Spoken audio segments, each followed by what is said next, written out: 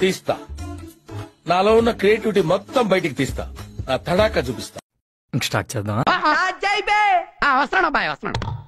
It's laughing time.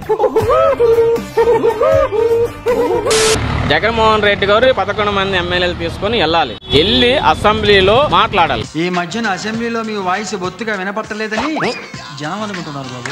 ఇంట్లోనే setting వేసుకుని మాట్లాడటం కరెక్ట్ కాదు. ఇంత వైభవంగా అసెంబ్లీ హాల్ ఉన్నప్పుడు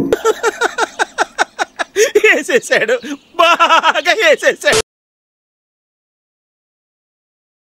అచ్చెన్నాయుడు గారు కోరుకున్నట్టు ఎక్కువ రోజులు ఇక్కడికి రావాలని నేను కూడా మనస్ఫూర్తిగా కోరుకుంటున్నాను.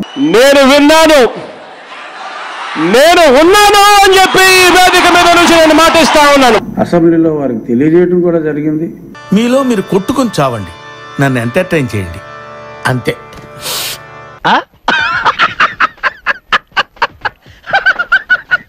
మీరు రండి అసెంబ్లీకి కంపల్సరీగానే. జగన్మోహన్ రెడ్డి గారు అసెంబ్లీకి వస్తున్నారు తన శాసనసభ్యులతో సహా. అన్నొస్తున్నాడు, మంచి రోజులు వస్తున్నాయి చెప్ప. రారా గజ్జు కదా.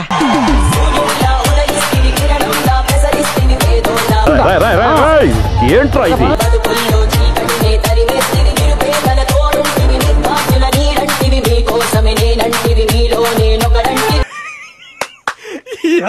ఏం ఫీల్ ఉన్నది మామయ్య? తనకు ప్రధాన ప్రతిపక్ష నేత హోదా ఇస్తే తప్ప అసెంబ్లీకి అడుగు పెట్టనని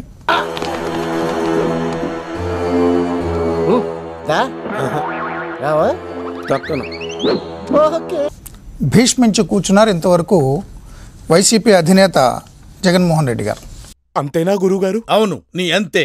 మనసు మార్చుకోరా? పట్టుదలొస్తే డ్రైరే మార్చుకోను, ఏదో మనసు ఎంత.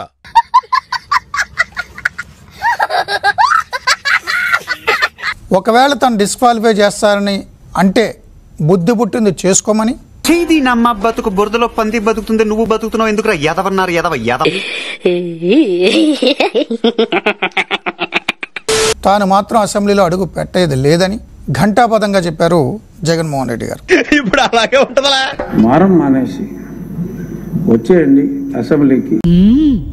రండి రండిరా. ఊహిస్తేనే భయంకరంగా ఉంది. ఎమ్మెల్యేగా ప్రమాణ స్వీకారం చేసినప్పుడు తప్ప మళ్ళీ అసెంబ్లీ గేటు చూడలేదు. గేటు చూస్తేనే గుండె తడపట్టుకుంటుంది బాబు. ఎందుకంటే తనకి ముఖ్యమంత్రితో సమానంగా సమయం ఇవ్వాలని, మైక్ ఇవ్వాలని, ప్రధాన ప్రతిపక్ష నేత హోదా ఇవ్వాలని. Okay, no use. వాడు విండండి. అలా ఇస్తే మాత్రమే అసెంబ్లీకి వస్తానని. ఎదవా ఎందుకు పనికిరాడు. మీరు హోదా మర్చిపోండి. ఎందుకంటే నాకు తెలిసిన న్యాయ పరిజ్ఞానంలో ప్రతిపక్ష నాయకుడు హోదా రాదు. క్వాలిఫికేషన్ ఉద్యోగం రాదమ్మా. ఉద్యోగం రావడం క్వాలిఫికేషన్ కాదమ్మా, ఇది ఉండాలి. జుట్ట నాకు మైక్ ఇవ్వట్లేదు అంటే ఒకసారి వచ్చి చూస్తే కదా తెలిసి ఇది మైక్ ఇస్తున్నారో లేదో. ఓరే నీ పిండాన్ని పిల్లులకు పెట్ట, ఈ రేంజ్ లో తింటున్నావేంట్రా?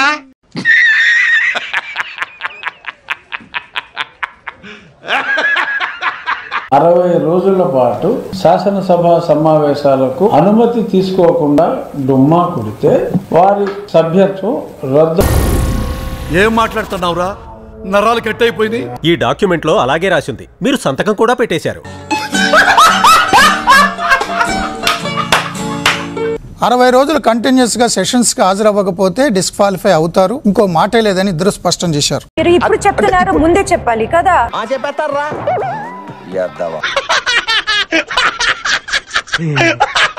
మొత్తానికి జగన్ అండ్ కో భయపడింది. డిస్క్వాలిఫై భయంతో అసెంబ్లీకి రావాలని నిర్ణయం తీసుకున్నారు.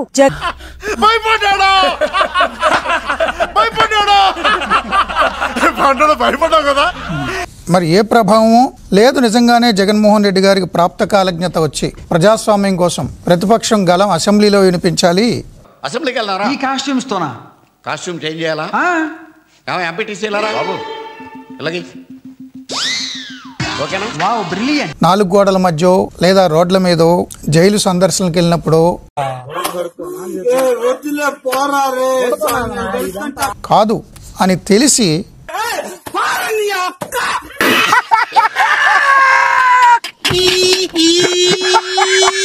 వారు అసెంబ్లీకి వస్తున్నారు. ఏదైనా మనం దీన్ని హర్షించాలి. ఏపీ అసెంబ్లీ బడ్జెట్ సమావేశాలు ప్రారంభమయ్యాయి.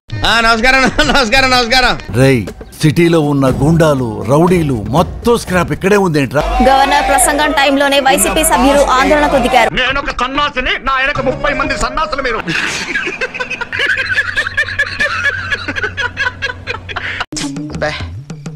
ఏం ఈ పనుల్లో కనిపించలేదు. పైగా ఫిజికల్ గానీ మెంటల్ గానీ స్ట్రెయిన్. ఏమిరా బాలరాజు, ఏమిరా ఉపయోగం దేశానికి నీ వల్ల? ఏదన్నా పని చేసుకోరా బేవకు.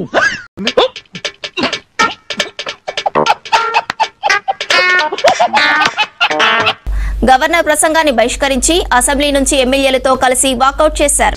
బాబు త్వరగా అసెంబ్లీకి వెళ్ళి నిద్రపోవాలి. సరే పడుకో, ఏముందిలే ఇంకా పడుకో.